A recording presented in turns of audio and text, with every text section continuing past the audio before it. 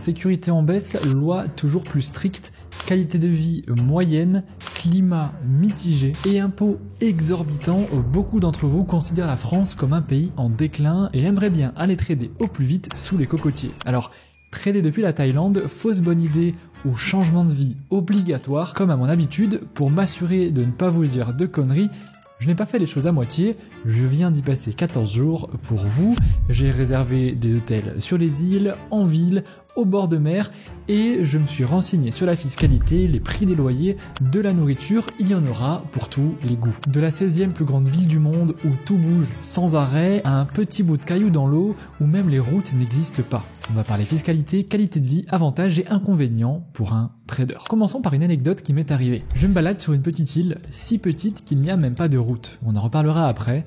Il est 22h et j'aperçois un bar assez étrange. Il y a un ring de boxe au milieu. Le hic, les gens qui sont dessus ne semblent pas être des boxeurs. Je rentre dans le bar et demande à une personne le concept. Pour faire simple, n'importe qui monte sur le ring pour se battre avec un autre client. Les personnes qui osent monter et se battre ont les consommations gratuites jusqu'à la fin de la soirée. Ce bar illustre parfaitement quelque chose qui n'existe plus en France, la liberté, pas la responsabilité individuelle. Évidemment, un tel établissement est interdit en France. Mais en Thaïlande, il n'y a pas toutes ces lois pour vous cadrer. Vous êtes responsable de vous-même. Vous souhaitez vous battre en étant bourré contre un inconnu consentant dans un bar à 2h du matin sur une île déserte sans hôpital, c'est complètement possible, mais vous devrez simplement en subir les possibles conséquences. Vous souhaitez louer un scooter sans permis ? Vous pouvez. Vous devrez simplement sortir les billets à chaque arrestation et payer de votre poche les soins si un accident arrive. Bref, tout ce qui est interdit en France ne l'est pas vraiment là-bas. Vous êtes responsable de vos actes et devez le faire en étant prêt à affronter les conséquences possibles. C'est ce qui rend la Thaïlande aussi aimée, la liberté de choisir entre la sécurité et le risque. Commençons par le commencement de mon périple, Bangkok.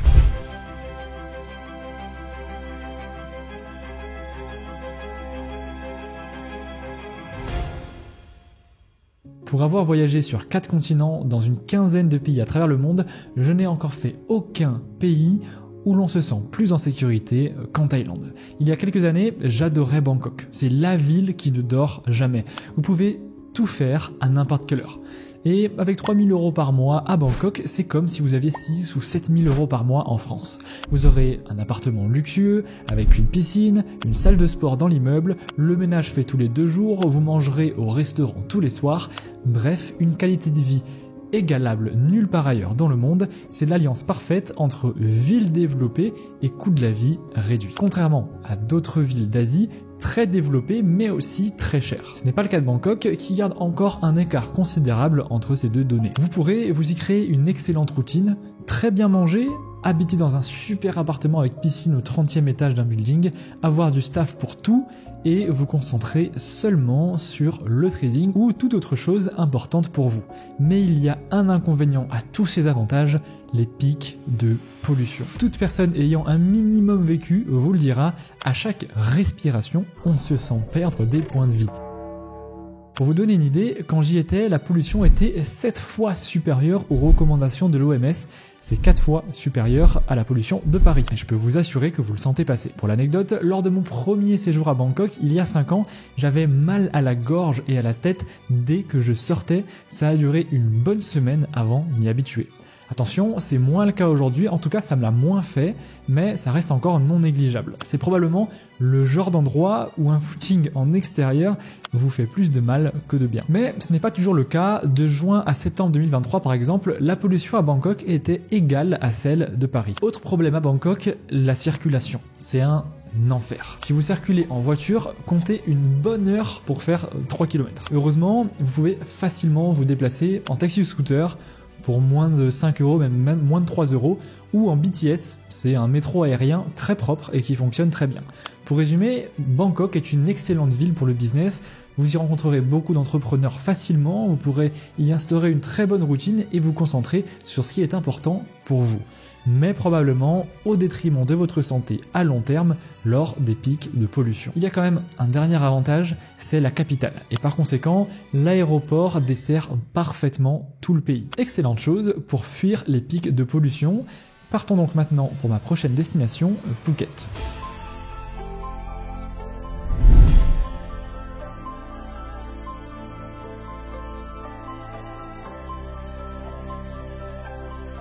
C'est la plus grande île de Thaïlande, je n'y étais pas retourné depuis 5 ans et j'ai été agréablement surpris.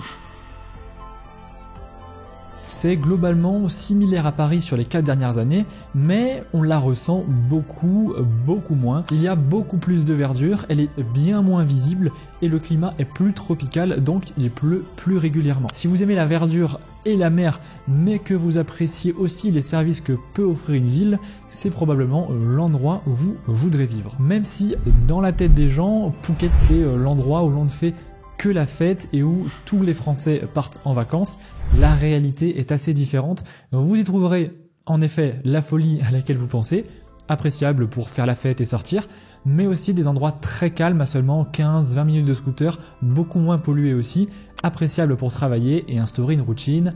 Il y a aussi de belles plages, de beaux paysages, etc. La vie coûte moins cher qu'à Bangkok, tout en gardant les principaux avantages des services qu'on peut y trouver. De bons restaurants, de beaux appartements, de bonnes salles de sport, de bons services de livraison, tout ce qu'il faut pour ne pas perdre de temps avec des tâches non productives. Petite astuce d'ailleurs, ça marche autant avec un taxi qu'avec une fille dans la rue, apprenez quelques phrases de thaïlandais, on vous prendra beaucoup moins pour un touriste et les gens seront tellement heureux de vous voir faire cet effort qu'ils seront aussitôt contents de vous parler, de vous rencontrer, de vous donner plein de conseils et de rester en votre compagnie, que ce soit un taxi ou une femme. Vous verrez leurs yeux s'émerveiller en un instant. Pour résumer, Phuket est un excellent entre-deux entre la grosse ville très polluée et l'île un peu trop perdue. L'avantage, c'est que vous n'êtes qu'à 1 heure ou 2 d'île un peu plus perdu pour vos week-ends détente. Pour ceux qui en ont vraiment marre des voitures, de la pollution et qui veulent se ressourcer, Koh Phi Phi sera votre île.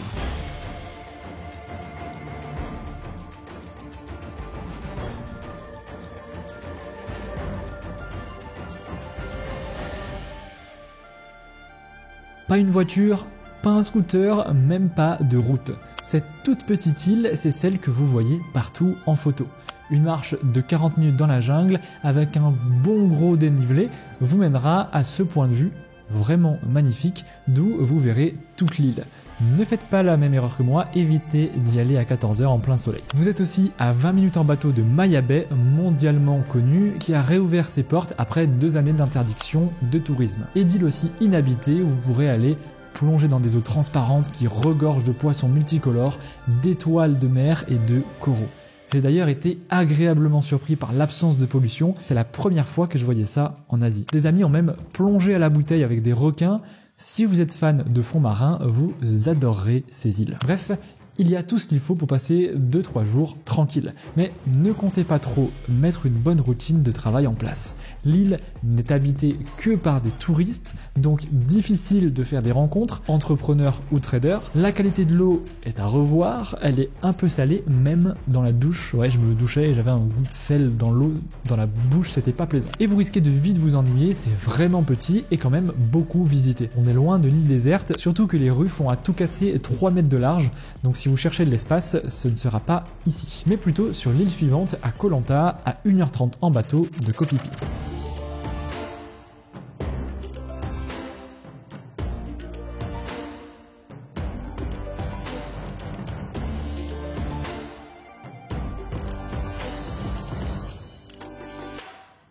J'y ai aussi passé 3 jours. L'île est beaucoup plus grande, vous y serez beaucoup plus libre en louant un scooter. Vous trouverez facilement de grandes plages, de bons restaurants locaux et des personnes qui y vivent à l'année. Et la vie ne vous coûtera rien. On a mangé à plusieurs reprises à 8 personnes pour 20 € dans de très bons restaurants thaïlandais. Je parle bien de la note globale, pas 20 € par personne, mais 20 € pour 8. Par contre, il y a très peu d'entrepreneurs, les infrastructures sont plutôt bancales. Pour l'anecdote, une ligne électrique passe au-dessus de la mer entre les 2 parties de l'île, juste devant le port. Sauf que elle n'est pas très haute et dès qu'un voilier passe, il risque d'arracher cette ligne et couper l'électricité sur une partie de l'île. Ce qui m'est arrivé évidemment à mon arrivée à l'hôtel, plus d'eau, plus d'électricité, sous 38 degrés, un plaisir. Donc un endroit parfait pour ceux qui aiment explorer ou qui détestent la ville, mais avec des infrastructures très en retard pour une routine productive. Il y a une dernière étape dans ce périple qui va probablement vous plaire. C'est un peu l'équilibre entre tout ce qu'on a vu, Koh Samui.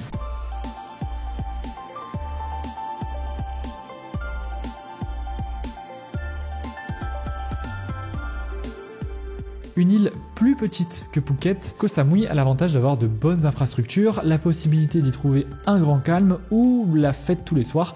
À vous de choisir. Vous y trouverez autant des plages désertes de sable fin avec des cocotiers que des bars et des beach clubs tous les soirs. Il y a une grande population d'entrepreneurs et de digital nomades. Vous y trouverez facilement des personnes comme vous, mais aussi de bons restaurants, de bonnes salles de sport et un très bon service au global. La pollution y est très peu, voire pas du tout présente. Les gens sont très accueillants et ouverts. Le seul problème que je trouverais, c'est qu'il n'y a pas assez d'activités comparé à Phuket par exemple, mais c'est parfait si vous cherchez plus de calme, moins de pollution pour un bon équilibre. Si je devais vivre en Thaïlande, je choisirais entre ces trois options. Numéro 1, vivre à Bangkok 80% du temps et partir dans les îles lors des pics de pollution. Numéro 2, vivre 80% du temps à Phuket et faire des week-ends dans les îles grâce au port et à l'aéroport qui dessert bien le pays. Option numéro 3, vivre 80% du temps à Koh Samui et parfois partir visiter l'arrière-pays thaïlandais. Niveau fiscalité, vous serez beaucoup plus flexible. Vous pourrez plus facilement mettre en place un montage fiscal international avec des entreprises dans plusieurs pays pour optimiser votre fiscalité, de manière légale ou un peu moins légale. Bonne option si vous faites au moins 2 ou 3 millions par an, sinon c'est pas utile. Par contre, vous pourrez oublier l'effet de levier pour investir en immobilier, par exemple, et l'effet de levier c'est l'élément le plus fiable pour créer des fortunes colossales. Par exemple, aujourd'hui en France, je suis capable d'emprunter entre 1 et 2 millions d'euros par an. Mes revenus ne font qu'augmenter, cette capacité d'emprunt augmente avec. Par exemple, en 2025, je devrais être capable d'emprunter 5 millions d'euros. Si je prends une moyenne d'emprunt de seulement 4 millions par an sur 20 ans, j'aurai une fortune estimée entre 30 et 45 millions d'euros d'ici 25 à 30 ans, et près de 70 millions d'euros d'ici 40 à 50 ans. Tout ça grâce à une seule chose, la dette que j'ai levée et qui s'est remboursée toute seule. Chose que je ne pourrais pas faire en étant expatrié en Thaïlande. Autrement dit, s'expatrier pour économiser de l'argent, c'est économiser quelques centaines de milliers d'euros aujourd'hui, mais ne pas gagner des dizaines de millions d'euros plus tard et de la plus simple des manières. Alors, s'expatrier en Thaïlande, bonne idée ou pas, je dirais qu'il y a 3 situations. Si vous êtes à l'aise à l'idée de vivre loin de votre famille ou bien de partir avec eux, alors il n'y a même pas de question à se poser. Partez au plus vite, votre niveau de bien-être changera instantanément. Même si vous ne parlez pas trop anglais, ils parlent tous un anglais très simpliste et vous y serez habitué en moins d'un mois avec un peu d'effort. Vous y mangerez mieux, vous serez entouré de personnes plus heureuses, vous aurez plus de ciel bleu, plus de plages, plus de piscines, vous rencontrerez plus facilement des entrepreneurs et des traders, bref, votre vie sera plus simple et d'une bien meilleure qualité. Et surtout, vous pouvez très bien vous expatrier géographiquement là-bas, mais rester fiscalement en France pour tout de même profiter de l'effet de levier. Il sera par contre plus dur d'investir votre argent sans être présent en France. Deuxième situation, si vous vous sentez seul chez vous, en France, que vous avez l'impression de ne trouver personne comme vous, alors prenez un sac et partez seul tout de suite également. Je vous donne même pas une semaine avant de rencontrer des inconnus qui deviendront des amis proches. La dernière option est différente. Si, comme moi, vous aimez où vous vivez en France, que vous êtes bien entouré avec votre famille et vos amis, que votre environnement vous plaît et que vous êtes heureux comme ça, alors je vous déconseille de vous expatrier. Vous vous sentirez bien au début, mais après 5 ou 6 mois, vos proches vont vous manquer, votre routine va commencer à vous ennuyer et même dans votre appartement luxueux, il vous en manquera quelque chose, vos proches, et vous n'aurez qu'une envie, rentrer auprès d'eux. Car contrairement à ce que les réseaux sociaux montrent, votre bonheur dépend bien plus d'avec qui vous êtes que d'où vous êtes. Abonnez-vous.